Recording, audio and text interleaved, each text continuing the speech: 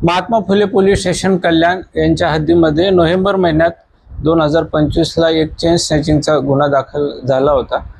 त्याच्यातली हकीकत होती की येथे जे फिर्यादी आहे सी जी राजन हे रात्री त्यांचं हॉटेल बंद करून घरी जात असताना घराच्या खाली दोघांनी येऊन त्यांच्या गळ्यातील चेन ओढून घेतलेली होती आणि एक जण त्यांच्या पाळतीवर होता। अशी तिघं मिळून त्यांनी ती गुन्ह्याला चालना दिली होती।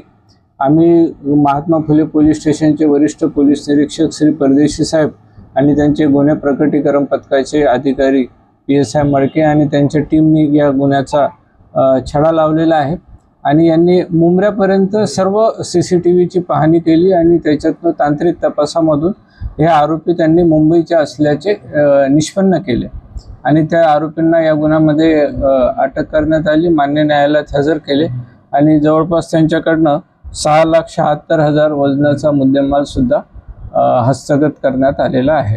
ह्या गुन्ह्याची व्याप्ती थोडी मोठी होती, फार जास्त आम्हाला CCTVची पडताळणी करावी लागली। याच्यात मुंबईपर्यंतच्या आम्ही माहिती घेत मुंबईपर्यंत पोहोचलो आणि तेव्हा ह्या तिघा आरोपितांना अटक करण्यात आलेली आहे।